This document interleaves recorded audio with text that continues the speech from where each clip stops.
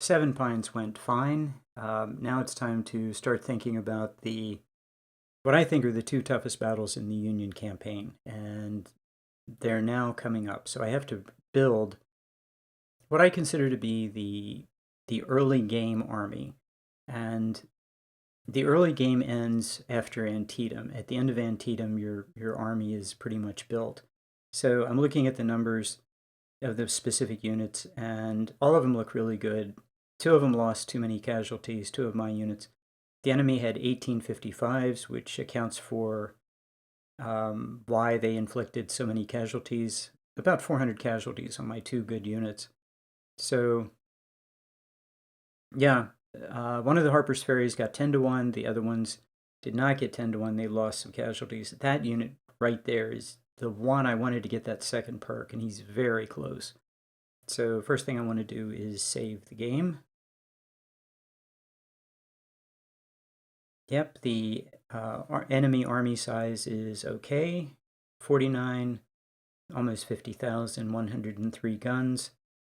I would like to stay under that or lower it if possible. So 50,000 is a lot because I'm not going to have anywhere near that.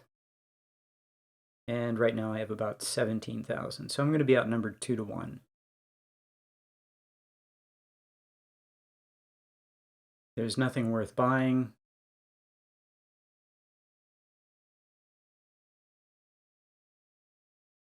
And I'm going to invest in medicine because I expect to take a lot of casualties in the next two battles.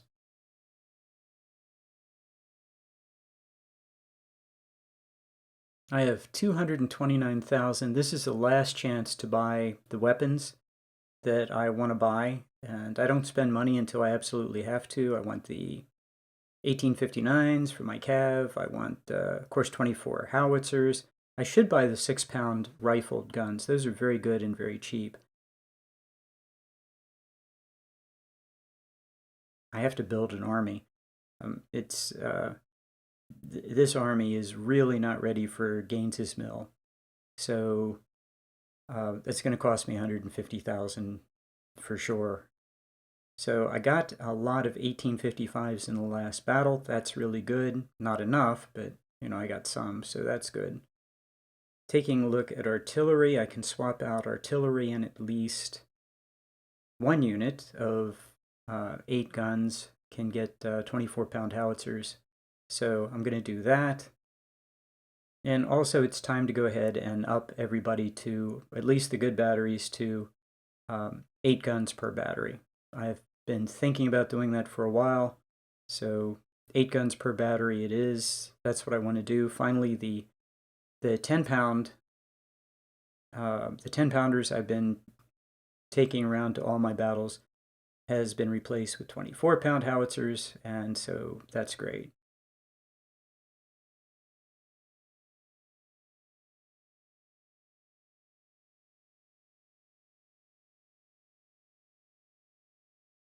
Okay, Gaines's Mill. I have to bring in my best units first. There's a battle that's going to take place on a forward river, and it's going to be bloody. And I'm thinking that I want those units to be oversized. I don't see how they're going to be able to hold that river line, and they're going to take some losses. So that's what I'm thinking as I'm building this.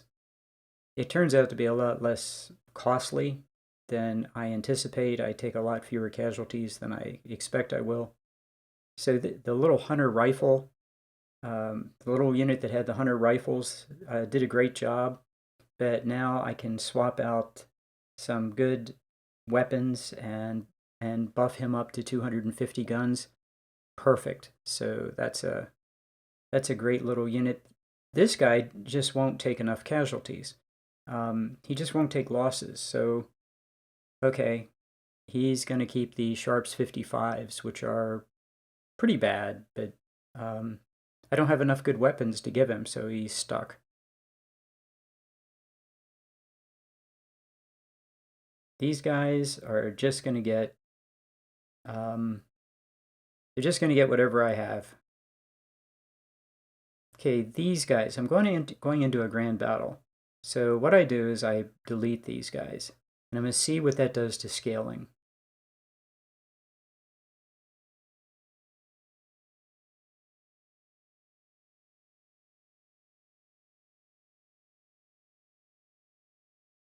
Because I can only bring 2 core anyway. So these guys can't go. And remember, it was almost 50. Now it's down to 42. So in this case, deleting the, and it seems to be that way in every grand battle, deleting the ballast units lowers the AI numbers. So that was pretty cool.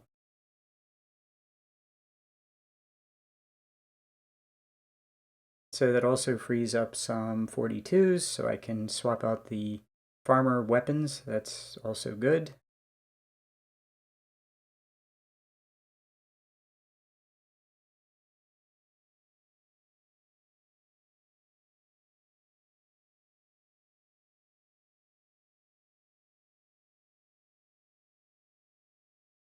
Okay, all the experience units have kernels.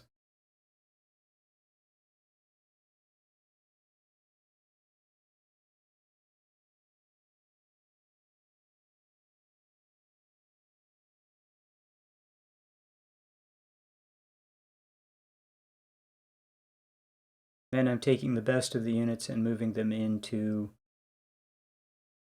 first core.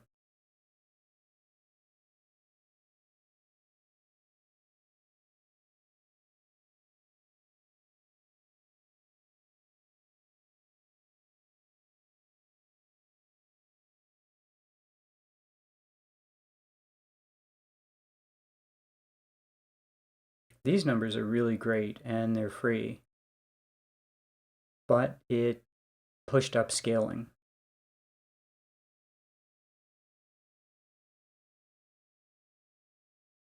So the question is, can I do that or not, or can I live with smaller units?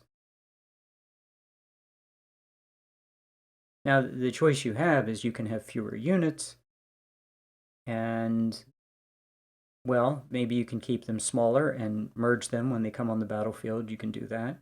So you can have fewer units and they can be bigger, but sometimes bigger units also drives up scaling even more. So, yeah, it's and the question is, what kind of army do I want to have?